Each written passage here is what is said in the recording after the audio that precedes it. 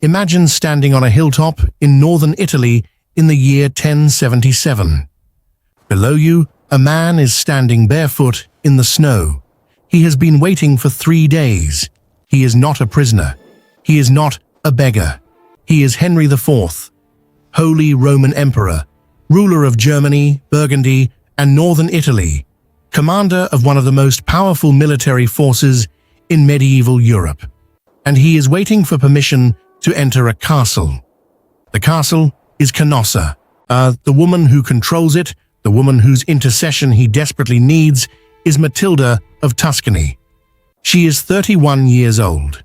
She controls more land in northern Italy than any other individual. She commands armies, she collects taxes, she builds fortifications, she decides which roads armies can use, which cities receive protection, and which bishops keep their positions. She is not a queen, she holds no imperial title. But in this moment, on this hilltop, she holds more real power than the emperor standing in the cold below her. This is not legend. This is one of the most thoroughly documented political confrontations of the entire Middle Ages, recorded by chroniclers on multiple sides, referenced in papal letters, and analyzed by historians for nearly 1,000 years. If you know medieval Italy at all, you probably know the cities: Florence, Mantua, Ferrara, Lucca, Modena, Parma. These were not abstract political units. They were living, in contested urban spaces, full of competing families, merchant networks, episcopal power, and imperial ambition.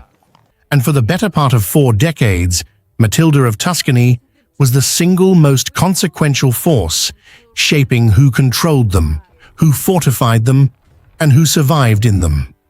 Today, the region she governed is the wealthiest in Italy, one of the most productive agricultural and industrial zones in all of Europe.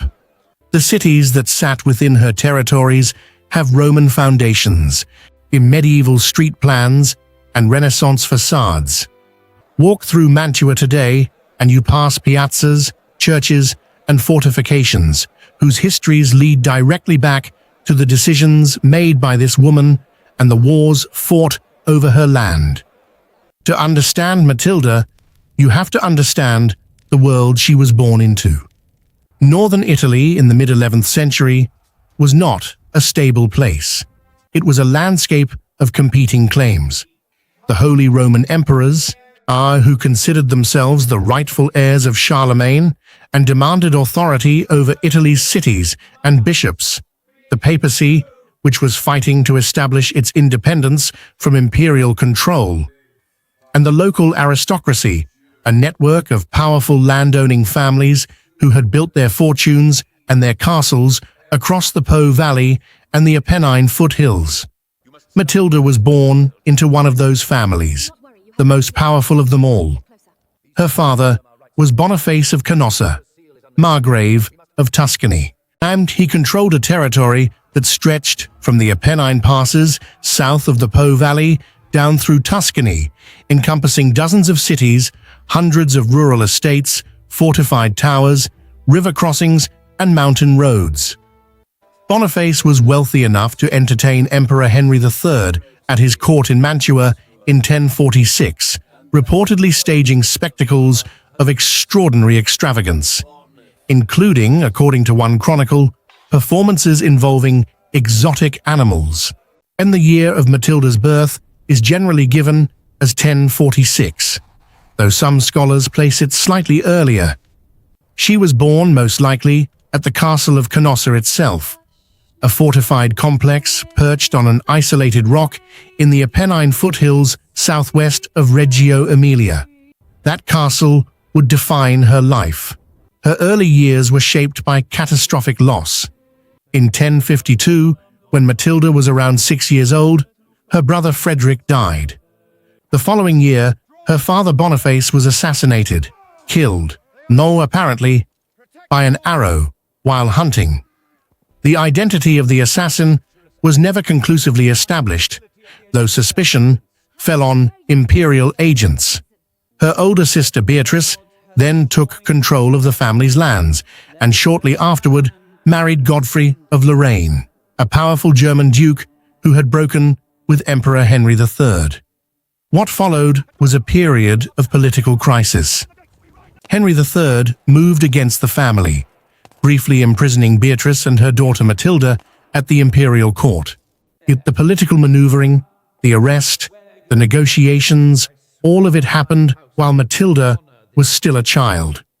But historians generally agree that these early experiences, the assassinations, the imprisonments, the fragility of dynastic power, shaped the political instincts she would demonstrate throughout her adult life. By the time she was a teenager, Matilda was being educated at her mother's court. There is documented evidence that she learned multiple languages, Latin certainly, and according to sources, she could also communicate in French and German, which would have been essential for dealing with the full range of political actors she encountered. She is also recorded as having military training, which was not entirely unusual for aristocratic women of her class in this period, though it was far from universal. Her mother, Beatrice, managed the family's lands and alliances with considerable skill during this period, and Matilda traveled with her, attending councils, witnessing charters, and learning how the machinery of medieval governance actually operated. The land grants, the feudal obligations, the episcopal appointments, the judicial proceedings. This was her education. Not in a convent, not in quiet study. In the middle of the most contentious political landscape in 11th century Europe. By the 1060s, the political conflict that would define Matilda's life was coming into full focus. It is known to historians as the investiture controversy, a fundamental dispute between the Papacy and the Holy Roman Empire over who had the right to appoint bishops and abbots within the imperial territories. This was not a purely theological argument. It was a deeply practical political conflict. Bishops controlled cities. They collected revenues, administered justice, commanded armed retinues, and governed the institutional networks that kept urban life functioning. Whoever appointed bishops effectively controlled the city governments of medieval Europe. Pope Gregory VII, one of the most forceful and reforming popes of the entire medieval period, was determined to establish that the Church alone had the right to appoint its own leaders. Henry IV, who had inherited the imperial throne as a child and spent his early reign consolidating power in Germany, was equally determined that he would not surrender this lever of political control, and Matilda aligned herself completely and irrevocably with Gregory VII. The reasons were multiple. There was genuine religious conviction. Matilda's piety is documented consistently across her life in ways that go well beyond political calculation. Gregory had been closely associated with her family since the 1050s. He had been a companion of her mother Beatrice's court and a trusted advisor to the family through decades of political turbulence. The relationship was deep and personal, as well as ideological. But there was also cold strategic logic. The Papacy, which controlled Rome and central Italy, was a natural ally for a northern Italian magnate who wanted to limit imperial power over her cities and her lands. An emperor who could freely appoint bishops in Tuscany and Emilia was an emperor who could gradually dismantle the autonomy of the very territories Matilda depended on for her wealth and power. In 1069, Matilda married her stepbrother, Godfrey the Hunchback, a son of Godfrey of Lorraine. It was, by almost every account, an unhappy arrangement. Matilda spent little time with her husband, who remained primarily in Lorraine. Their only child, a son, died in infancy. By the mid-1070s, the marriage had effectively collapsed, though it was not formally dissolved before Godfrey's assassination in 1076. Contemporary sources do not record Matilda's private response to these events. What they do record is her political activity, which, by the mid-1070s, one had become central to the fate of northern Italy's cities. The crisis broke in 1076. Henry IV, frustrated by Gregory VII's increasingly aggressive reform program, took the extraordinary step of declaring the Pope deposed in a letter written at the Synod of Worms in January of that year. Gregory's response was equally extraordinary. He excommunicated Henry, releasing all of his subjects from their oaths of obedience to him. In medieval Europe, the excommunication of a king or emperor was not a purely spiritual act. It was a political weapon of enormous force. It meant that Henry's nobles, bishops, and city administrators were no longer bound to obey him. His enemies, and he had many, moved quickly. The German princes announced that if Henry remained excommunicated for a year and a day, they would elect a new emperor. Henry needed absolution, and the man who could provide it was Gregory VII, who, at the end of 1076, and was traveling through northern Italy. He was staying at Canossa with Matilda. The meeting that followed, Henry's arrival in January 1077, his 3-day wait in penitential posture outside the castle walls, and Gregory's eventual granting of absolution, is one of the most analyzed political events of the Middle Ages. Matilda served as a formal mediator in the negotiation. Her role is explicitly recorded in the sources. She interceded with Gregory on Henry's behalf, along with Hugh of Cluny, and helped negotiate the terms of the reconciliation. What those terms actually meant, politically, was immediately contested. Gregory had given Henry absolution as a Christian duty, but the German princes argued it changed nothing politically. Henry argued it restored him fully to imperial authority. The conflict continued, and Matilda continued to be at the center of it. In 1081, Henry IV invaded Italy. His campaign targeted Matilda's territories directly. Over the following years, imperial forces moved through northern Italy, occupying cities, pressing castles, and forcing local lords to choose sides. Many of Matilda's own vassals defected under pressure. Henry installed a rival pope, Clement III, and in 1084 captured Rome itself. Matilda did not collapse. She lost territory. At certain points in the 1080s, her effective control was reduced to a handful of fortified positions in the Apennines. But she never surrendered, and never negotiated a settlement that conceded the fundamental points at issue, and never abandoned Gregory VII or his successors. Gregory VII died in Salerno in 1085, in exile, his final years shaped by the catastrophic loss of Rome. His last recorded words, according to his biographer, were, "I have loved justice and hated iniquity. Therefore, I die in exile." Matilda buried him with honor, and then she began, methodically, to rebuild. The military and political recovery of the late 1080s and 1090s was one of the most remarkable aspects of her career. Working with the reformed Papacy, which continued to rely on her as its primary military and political ally in Italy, she gradually reasserted control over her territories.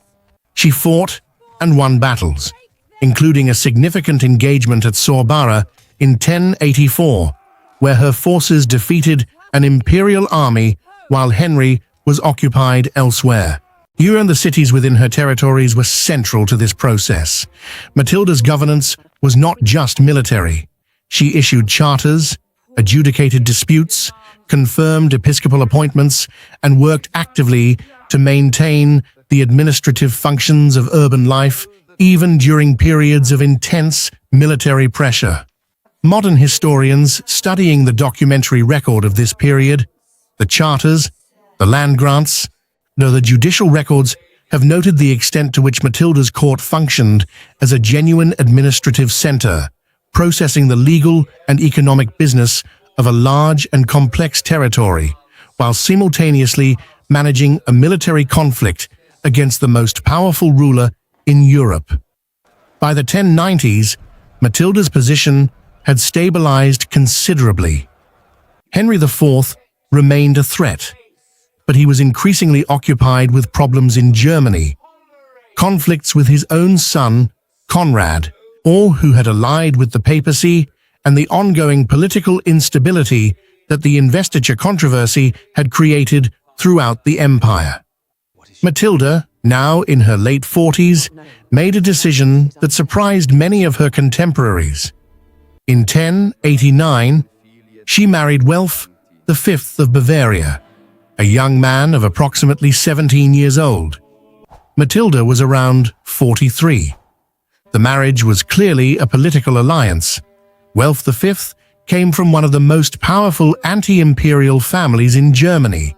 An alliance between the Welf dynasty and Matilda's Italian territories created a significant strategic axis against Henry IV. It was also, from the available evidence, personally uncongenial. Matilda and Welf separated after a few years, and the marriage produced no children. The sources are characteristically silent on the personal dimensions of this arrangement.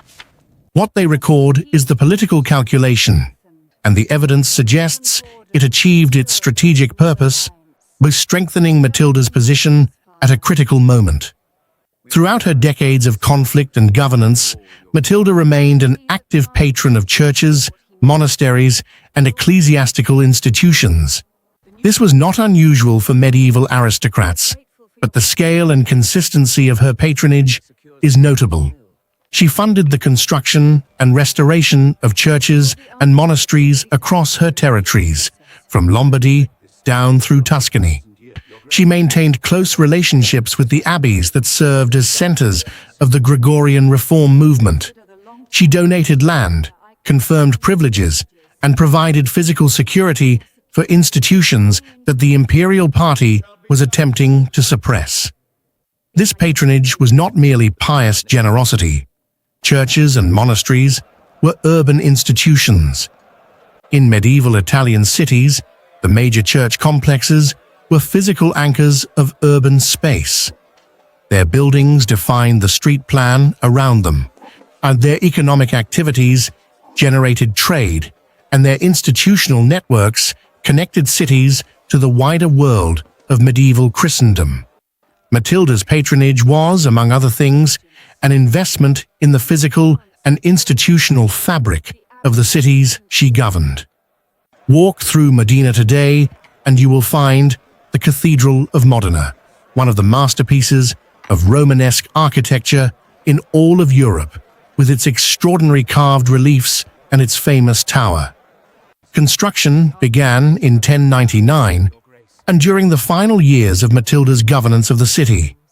The cathedral was built on the site claimed to contain the remains of the city's patron saint, Geminianus, a claim that Matilda's administration actively supported and whose promotion was directly connected to the city's political and institutional identity. This was how urban identity was constructed in this period.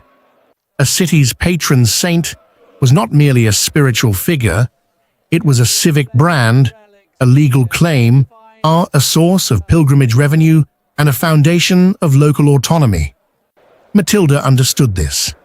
The documentary and architectural evidence of her governance shows consistent attention to the institutional dimensions of urban life. The things that made a city, rather than just a collection of people within walls. In 1102, Matilda made a donation that historians have debated ever since. She formally donated her allodial lands, the territories she held outright, as not as imperial fiefs, to the Papacy. This was, on paper, an enormous transfer, the legal ownership of much of Tuscany and Emilia to the Church of Rome. The practical implications were complicated. Matilda continued to govern these territories herself until her death. The papacy's actual control over them was nominal during her lifetime. What the donation accomplished, primarily, was to place her lands in a legal category that made imperial confiscation more difficult to justify, and to ensure that after her death, the papacy would have a formal claim that could be used to contest imperial attempts to absorb the territory. The so-called Matildine lands remained a source of conflict between the papacy and the Holy Roman Empire for more than a century after her death. The argument over who legitimately held these territories, emperor or pope, was one of the threads running through the political history of northern Italy throughout the 12th and 13th centuries. The cities within those territories, Mantua, Ferrara, Modena, Parma, Lucca, and others, were directly shaped by this unresolved contest. The legal ambiguity Matilda's donation created contributed to the emergence of the northern Italian communes, the self-governing city institutions that would eventually develop into the independent city-states of the later Middle Ages. This is a crucial point. The political space that Matilda's decades of resistance to imperial authority helped create was, in part, the space in which Italian urban autonomy developed. The communal movement, the emergence of cities governed by elected councils rather than by imperial governors or single dynastic lords, grew in part from the vacuum and the contested authority that the investiture controversy had produced. Matilda was not the cause of Italian urbanism, but she was one of the forces that kept the political question open long enough for the cities themselves to develop the institutions that would make them ungovernable by a single external power. And Matilda of Tuscany died on July 24, 1115, at Bondeno di Roncourt, near Ferrara. She was approximately 68 or 69 years old.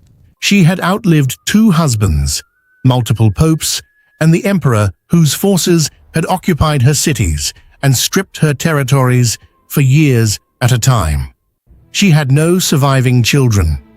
The lands she had governed passed into a period of contested jurisdiction that validated, in retrospect, and every political calculation she had made about the importance of keeping them out of direct imperial control. She was buried initially at the Abbey of Polerone, near Mantua, a monastery she had patronized throughout her life. In 1634, her remains were transferred to St. Peter's Basilica in Rome, where she was reinterred with a marble monument by Gian Lorenzo Bernini. She is one of only 3 women buried in St. Peter's. Stand in the Piazza Grande in Modena today and look at the cathedral. Look at the towers of the surrounding medieval buildings.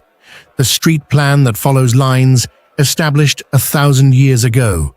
The civic scale of a city that has been continuously inhabited and contested and rebuilt across more than a millennium.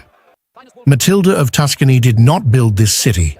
No single person builds a city, but she governed it, defended it, patronized its ecclesiastical institutions, maintained its administrative functions through decades of military pressure, and then helped ensure that the political contest around it remained unresolved long enough for the city itself to develop its own institutional life.